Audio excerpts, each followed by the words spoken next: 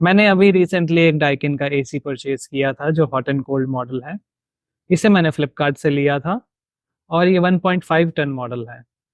ये डाइकिन का एसी तीन वेरिएंट्स में आता है। 1 टन, 1.5 टन और 1.8 टन, जो कि बाकी ब्रांड्स आपको 2 टन में बोलते हैं। डाइकिन एक्चुअल स्पेसिफिकेशंस मेंशन करता है, जो कि इस एसी की है 1.8 टन। तो हम बात करेंगे आज 1.5 टन एसी की। लेकिन शुरू करने से पहले, अगर आपने इस चैनल को सब्सक्राइब नहीं किया है तो आप इस चैनल को सब्सक्राइब कीजिए। एसी के बाय लिंक्स में डिस्क्रिप्शन में ड्रॉप कर दूंगा।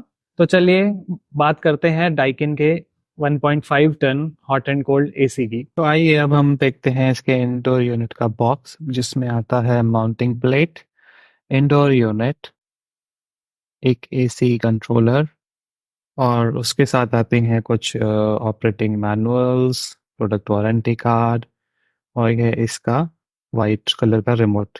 इसका एक्सटर्नल बॉक्स अगर हम देखें तो उसमें दिखाता है, ये एक हमें 10 फुट की गैस पाइप आती है और स्प्लिट एसी का आउटडोर यूनिट बॉक्स मिलता है विद सम स्क्रूज। ये है इसका रिमोट, जिसमें ये येलो बटन है जो वो ऑन ऑफ के लिए है। फिर ये पावर चिल के लिए है। ये वाला बटन मोड के लिए है। ये वाला इकोनॉमिक मोड के लिए है। ये टेम्परेचर अप डाउन के लिए। देन ये फैन स्पीड, ये स्विंग, ये कोआंडा मोड जो स्पेशल मोड है, ये डिस्प्ले चेंज के लिए, ये स्विंग मोटर के लिए, और ये वाला section timer on off cancellation, और ये ड्यू क्लीन मोड है। तो ऐसा सा दिखता है कुछ इसका रिमोट। ये पीछे बैटरी कंपार्टमेंट एरिया है। और हम करते हैं इसकी अनबॉक्सिंग। तो मैंने ये यूनिट खुद नहीं खोला था और मैं वेट कर रहा था कि डाइकिन के इंस्टॉलेशन टीम आके इसे अनबॉक्स करेंगी, ताकि इसमें कोई भी डैमेज हो या कुछ भी प्रॉब्लम हो तो हम सीधा इसको रिटर्न रिप्लेसमेंट में भिजवा सकें। तो ये है इसका इंडोर यूनिट, बहुत ही अच्छा और शानदार दिखता है। और जिसके साथ हमें मिलता है ये कॉपर स्ट्रिप टॉप पे। तो ये कॉपर स्ट्रिप दिखाता है कि ये हॉट एंड कोल्ड यूनिट है। पीछे है इसके माउंटिंग प्लेट और ये है इसकी गैस पाइप्स। तो ये hot and cold AC -10 degree से 54 डिग्री टेम्परेचर तक चल सकता है, और ये आता है ड्यू क्लीन टेक्नोलॉजी के साथ। इसके अंदर हमें मिलते हैं ये एयर फिल्टर्स और PM 2.5 फिल्टर लगाने के लिए ये जगह है, जो हमें बॉक्स के अंदर ही मिलती है। इसके ऊपर किया गया है एंटी कोरोजन ट्रीटमेंट। और अब हम इसे साइड में रख के इसका आउटडोर यूनिट का बॉक्स खोलते हैं। तो जैसा कि आप देख सकते हैं, मैंने इनमें से कोई भी बॉक्स नहीं खोला था, और जैसे ही ये दोनों आए थे मैंने इन्हें वैसे का वैसे ही रख दिया था। तो ये डाइकिन का आउटडोर यूनिट की अनबॉक्सिंग कर रहे हैं। ये 36 kgs का यूनिट है, जो कि काफ़ी अच्छा है, और ये पूरी कॉपर पाइपिंग के साथ आता है। तो इसमें हमें मिलता है स्विंग कंप्रेसर, जो कि डाइकिन का पेटेंटेड स्विंग कंप्रेसर है, जो कि फ्रिक्शन डिक्रीज करता है और रेफ्रिजरेंट की लीकेज को भी प्रिवेंट करता है। ये क्वाइट ऑपरेशन में काम आता है। और इसके बाद ऐसा दिखता है इसका आउटडोर यूनिट, जिसके अंदर हमें मिलती है ये पाइपिंग और वायर। ये यूनिट आता है R32 गैस के साथ, जो एक इको फ्रेंडली गैस है, और काफ़ी अच्छा और सुंदर दिख रहा है इसका आउटडोर यूनिट।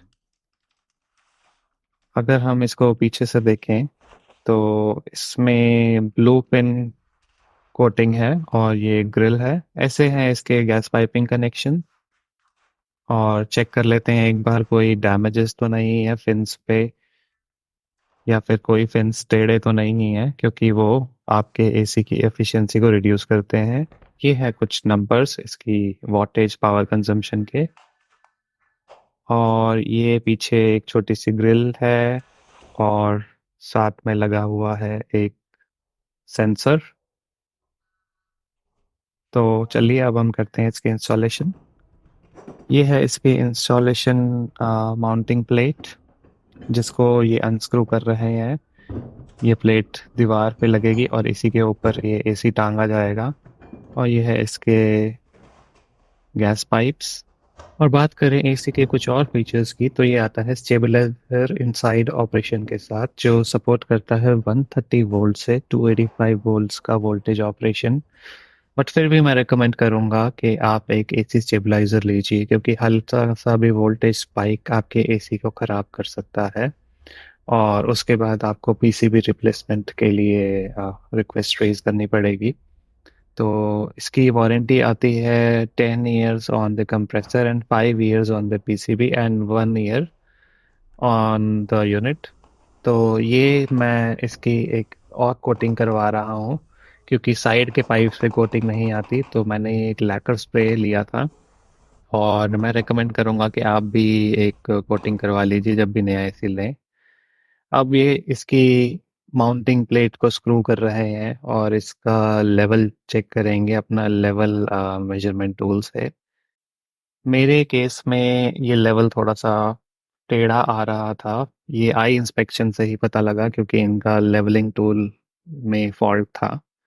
तो फिर मैंने इन्हें दोबारा से लेवलिंग करने के लिए बोला और फिर ये ठीक हुआ। और ये 8 फुट पे लगा हुआ है।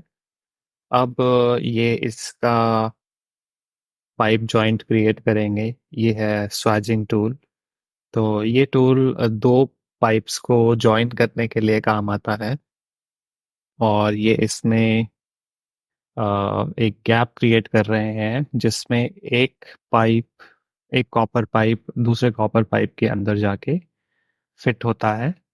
तो ये दो कॉपर पाइप्स को जॉइन करने के लिए यूज होता है, क्योंकि अगर हम ऐसे ही दो पाइप्स जॉइन करेंगे तो वो पाइप्स जॉइन नहीं होंगे, तो एक के अंदर फिट करके दूसरे को वेल्ड किया जाता है।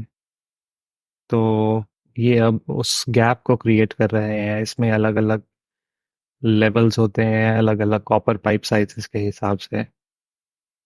तो ये यूनिट आया है 10 फुट पाइप के साथ। और मेरा इस एसी में लगना है अराउंड 33 फीट पाइप, जो कि इसकी इनबिल्ट गैस की एफिशिएंसी के हिसाब से है। इससे ऊपर लगाने के लिए एक्स्ट्रा गैस डलवानी पड़ेगी। तो ये इन्होंने एक जॉइंट क्रिएट कर लिया है और ये अब यूनिट को ही इन्होंने दीवार पे टांग दिया है और ये अब कर रहे हैं इसकी पाइप की फिटिंग। तो यहाँ पे तो ये जॉइंट्स हमें मिलते हैं जो कि ये लोग कर रहे हैं, पर बाकी जगह हमें वेल्डिंग करनी पड़ेगी। और अगर इस एसी के मैक्सिमम पाइपिंग लेंथ की बात करें, तो ये सपोर्ट करता है 15 मीटर्स। और इसके एक्सटर्नल यूनिट की हाइट होनी चाहिए मैक्सिमम 12 मीटर्स। और इसमें से चार्जलेस आपका रहेगा 10 मीटर्स, पर उसके बाद आपको एडिशनल रेफ्रिजरेंट डलवाना पड़ेगा।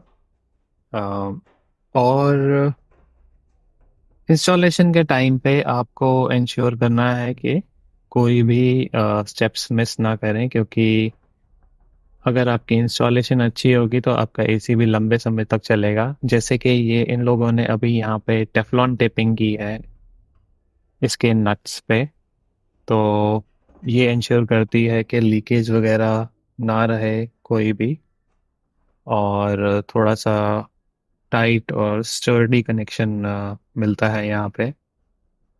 और अगर इसके वॉटेज की बात करें इसी के, तो ये अराउंड 1600 वाट की पावर कंजम्पशन इसकी कूलिंग पे है, मैक्सिमम एफिशिएंसी पे 1460 ये लेता है हीटिंग मोड पे।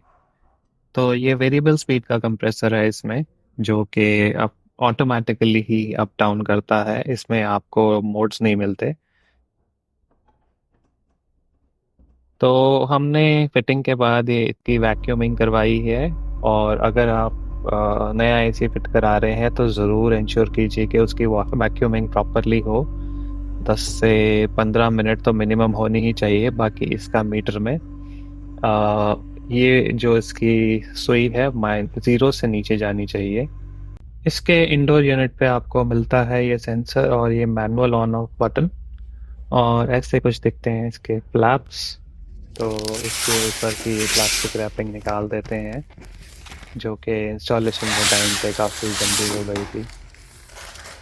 और इसकी अगर हम स्टार रेटिंग की बात करें तो ये 3 स्टार एसी है, जो कि पहले ये 4 स्टार एसी में आता था।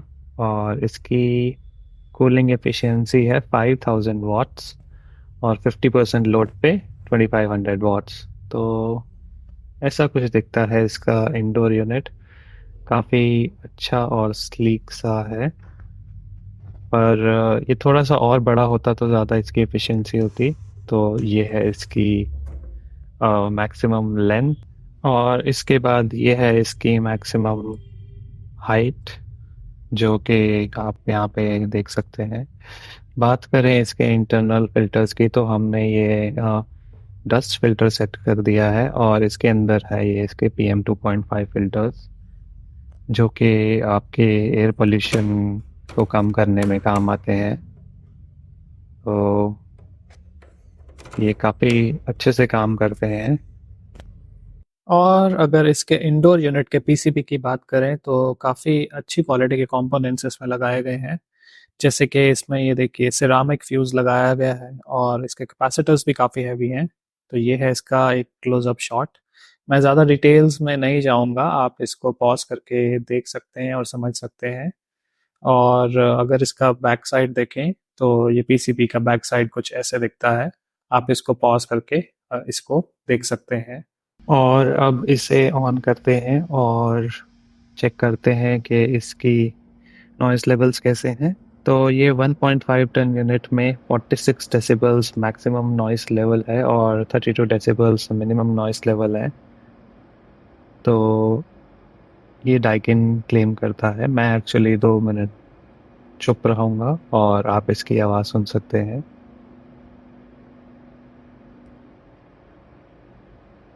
तो काफ़ी साइलेंट है ये वाला एसी।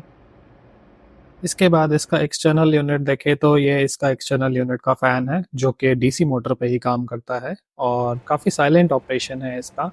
R32 गैस इसमें यूज़ होती है, जो कि एनवायरनमेंट फ्रेंडली गैस है। और इस एसी के साइड में अगर देखें तो ये कनेक्शंस वगैरह के लिए, पाइपिंग वगैरह के लिए है कुछ। और सर्दियों में इसका पानी नीचे से निकलता है एक आउटर यूनिट का। इसके बाद मैंने एसी के कंडेंसर कॉइल को अंदर से खोल के देखा तो इसमें ब्लूफिन कोटिंग है और कंपोनेंट्स की क्वालिटी मीडियोकर है। पहले बहुत अच्छी आती थी और हैवी आती थी, बट अभी डिटीरियोरेट हो गई है। एकॉस्टिक जैकेट अच्छी है एंड इसका पीसीबी का पोजीशनिंग वर्टिकल है।